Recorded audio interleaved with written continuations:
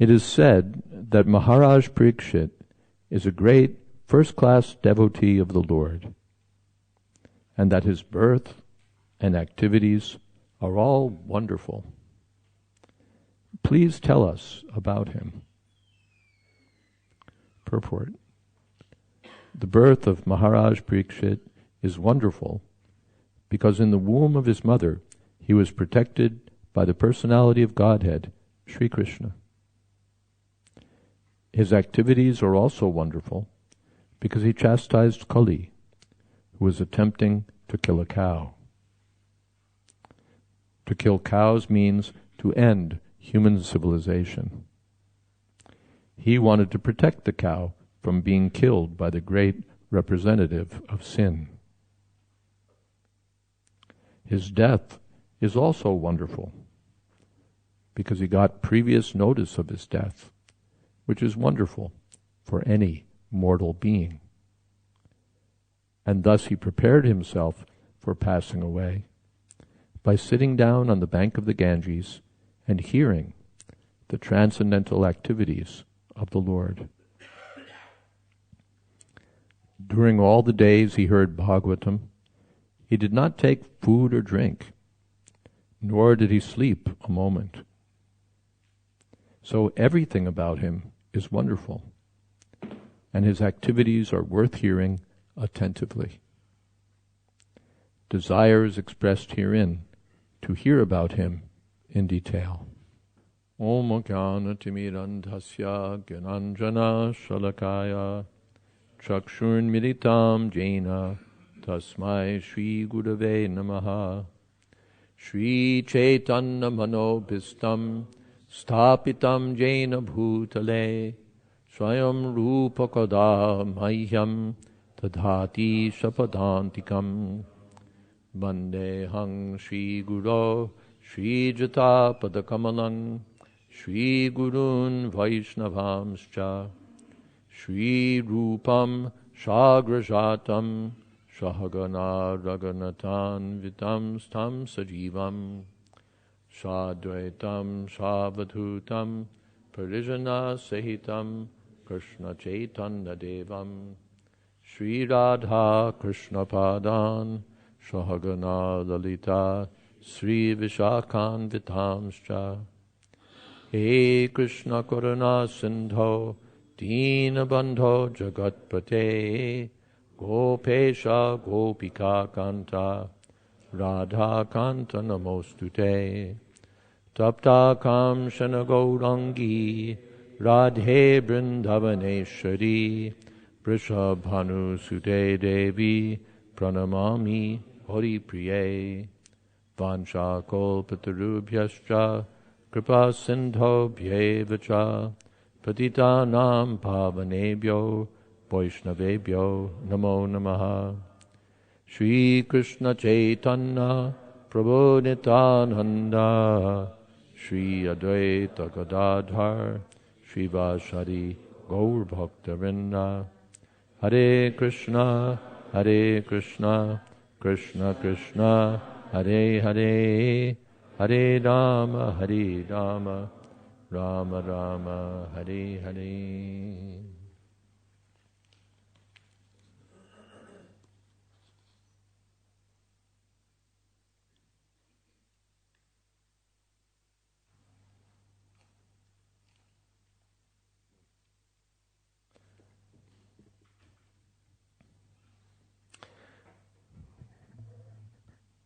Abhimanyu Sutam Suta Prahur Bhagavatotamam Tasya Janma Mahascharjam Karmani Cha Grinihinaha. Elsewhere, Srila Prabhupada points out that you can understand what kind of topics people are talking about by seeing who the people are. If you see a group of bikers, for example, they're not likely to be discussing opera or high culture. But if you see devotees of the highest order, then it's to be expected that they'll be talking about transcendental topics, and especially about topics concerning Krishna. So here, in the previous verse, we've heard about Sutta Goswami, about Sukadeva Goswami, and his high qualifications. And now we're hearing about Maharaj Parikshit. I guess as we go along, we keep just raising it here. So now we're hearing about Maharaj Parikshit. Abhimanyu Sutta. He was the son of Abhimanyu, who was the son of Arjun. Abhimanyu was the posthumous child of the Pandavas. He was, Abhimanyu was, did I say Abhimanyu was? Parikshit Maharaj was. Abhimanyu was killed in the Battle of Kurukshetra by the combined efforts of, 7 Maharatis, which is completely against the principles, honorable principles for fighting. But he was so valiant that it required that many great generals to stop him. So he was killed at Kurukshetra, but his wife Uttara was pregnant, and therefore the attempt was made to kill the child. Ashwatthama tried to kill the child in the womb with a Brahmastra weapon. But by the grace of Krishna, the child was saved. So his janma, just to be the grandson of Arjuna, that would already be wonderful. To be born in a devotee family, and especially the family of Lord Krishna's personal friend, to be born as the grandson of Krishna's personal friend, was a very special birth, but still more special because Krishna himself intervened to save the child's life, personally entering the womb of course he was already there because Krishna's everywhere, but he personally entered the womb of Uttara to save the child. And the child was known as Parikshit because afterwards he was always looking to see, where is that person who saved me in the womb? So Abhimanya Sutta, Prahur Bhagavatottama. He's known to be a first-class devotee. Bhagavata means a devotee of the Lord, and Uttama means transcendental, beyond darkness, and it means first class. We understand from Bhagavatam and elsewhere that there are 3 classes of devotees: third class, second class, and first class. What constitutes third, second, and first is differently analyzed in different shastras. But one analysis given in Srimad Bhagavatam is that the Prakrita Bhakta is the person who is very devoted to the deity, but doesn't know natad chanyeshu bhakteshu chanyeshu. He doesn't know how to treat other devotees. He just doesn't have regard for them. For him, dharma or bhakti is all about himself and the Lord. And he doesn't really take other devotees into account or doesn't know how to treat them properly because he doesn't see them in relation to the Lord. He just sees the Lord and himself and these other people. Some of whom may be devotees, others are not devotees. As long as they're not in my way, in the way of my service, then they're okay. Maybe if they can help me in some way in my service, they're okay. But my service goes to the Lord. And if they can help me, good. The second-class devotee sees himself and other devotees, the Lord, the innocent, and the demons.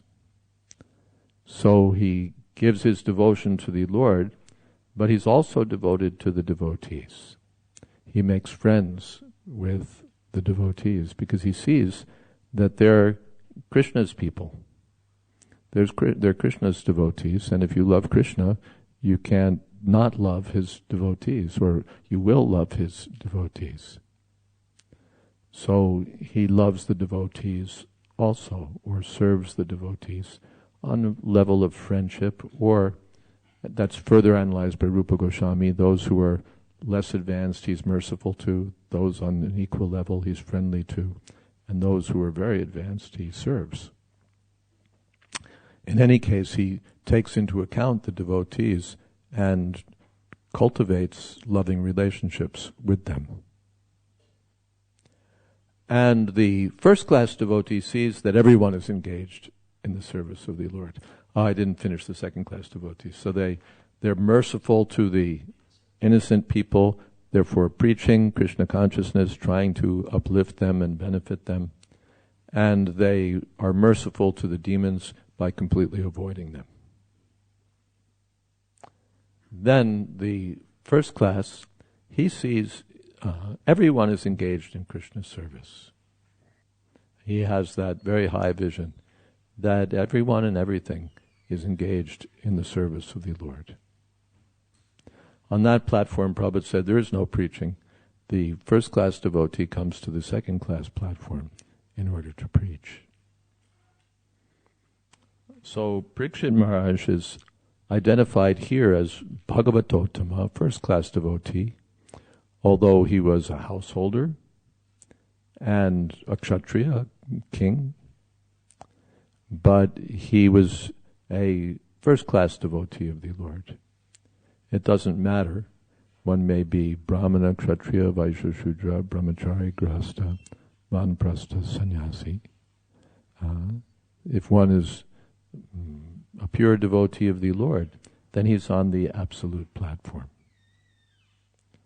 So Parikshit Maharaj was the highest caliber of devotee. Therefore, as we'll find later, when he got the notice of his death, he just left everything. The materialist does anything to hold on to what he's got. He's a struggle. He doesn't want to leave his family. He doesn't want to leave his post. He doesn't want to give up his work. He doesn't want to give up anything. Although he'll give up everything to save his life. He's focused on this life as everything. And he's focused on himself as being this body. And the end of bodily existence is inconceivable or unbearable, because that's the end of his existence. But Parikshit Maharaj took it as an opportunity. I'm going to die in 7 days, so let me free myself from all material entanglements and encumbrances and take shelter of Mother Ganges. And he already knew, because he asked, what should I do? But should I hear about Krishna? That means he already had the idea in mind, although he's asking, what should I do on the verge of death? And different sages were recommending different things. Someone's recommending karma kanda, someone's recommending jnana kanda, someone's recommending this, someone's recommending that. But Parikshit Maharaj already had it in mind. Should I hear about Krishna? And that intuition or that understanding was confirmed by Shukadeva Goswami. Yes, this is what one should do. So Tasya Janma Mahaschayam, his birth was wonderful. Just to be born as the grandson of Arjuna was wonderful. To be saved by Krishna in such a wonderful way was Ascharjam, astonishing. And Maha Ascharjam, exceedingly wonderful. And Karmani, his activities. Just as we hear about Krishna, Janma Karma Chame Divyam, his birth and activities are transcendental. Or we hear about those who are in the Varnashram system, what is that? Janma karma vibhagasha. Not janma karma, guna karma. Their qualities and their activities. So here, the activities. The birth is less important. The activities are more important. Of course, his birth is wonderful, but his activities are also no less wonderful. Karmani. He chastised Kali very valiantly. He wasn't bluffed. Kali was, among other things, a bluffer.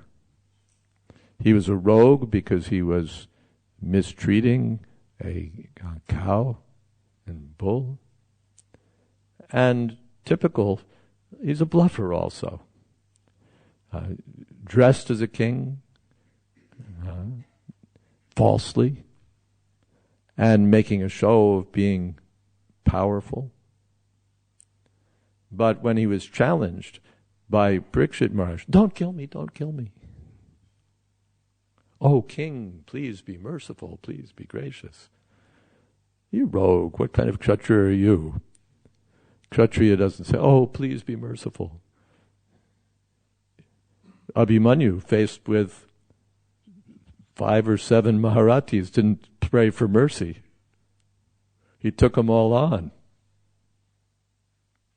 He fought against all of them. You're cheating.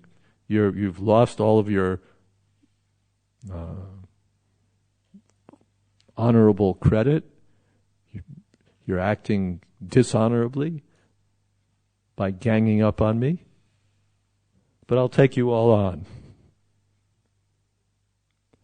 And if I die, then, what is that? Svargadwaram apavritam, sukhina kshatriya partha, labhante yudhamidrisha. At least I'll go down in a good fight. That's a kshatriya. And Kali, meeting Abhimanyu's son, one man, please don't kill me. Let me, give me some place in your kingdom. Da, da, da, da.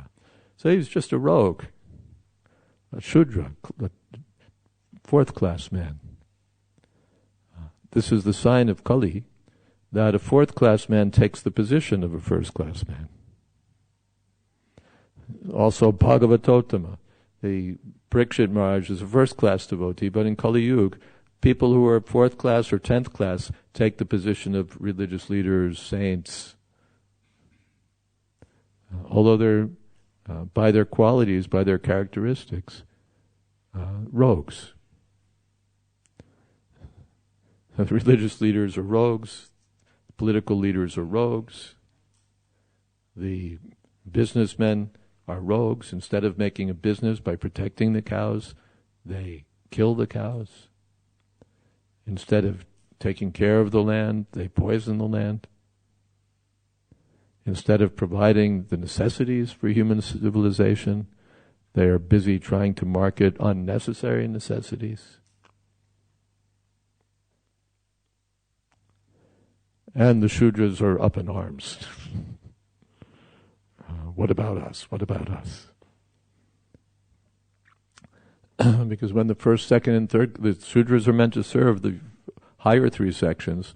When the higher 3 sections are no better than Shudras, then why should we serve them? So this is Kali Yuga. Everyone is Shudra or less than Shudra. But bluffing. Where the intelligentsia of society, where the leaders of society, where the political protectors of society, where professors, where the business leaders, you're all rogues. You're all rogues, but bluffing.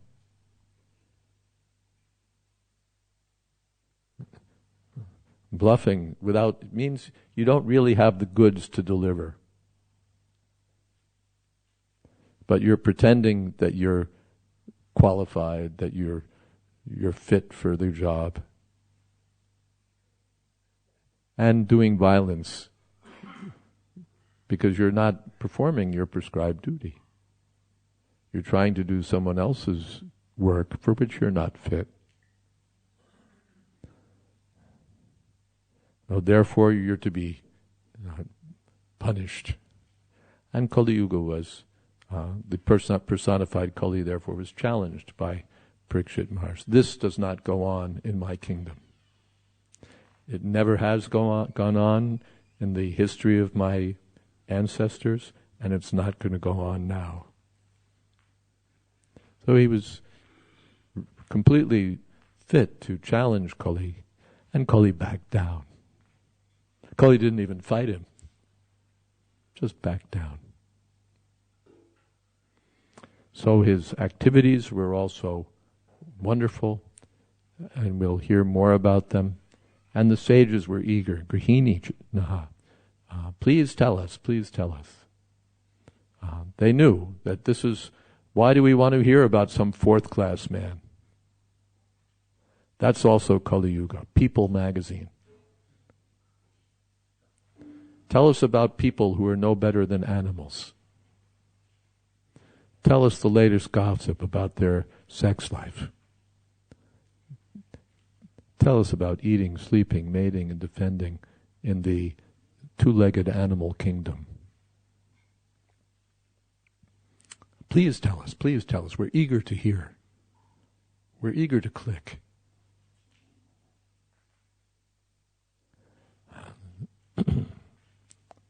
But the sages, because they were sages, knew there's no use hearing about 10th class men from other 10th class men. Svavid varahostra karai, samstuta purusha pashu. But here's a first-class devotee of the Lord. Here's the grandson of Arjuna, the son of Abhimanyu, whose birth was wonderful, his activities are wonderful. So please tell us about that. Elsewhere the sages are, please tell us about these things if they're in relationship to Krishna. Whatever there is, if it's in relationship to Krishna, we want. Just like Kurukshetra, who wants to hear war stories? Do sages sit down to hear war stories, battle tales? But as soon as Krishna is there and it's Kurukshetra, we're eager to hear what happened on the first day, what happened on the second day. If it's in relationship to Krishna, then we're interested. So Parikshit Maharaj is the son of Abhimanyu. He's certainly in relation to Krishna. And Bhagavatottama, he's a first-class devotee of the Lord. So we're very keen to hear about Maharaj Parikshit. Okay, what questions?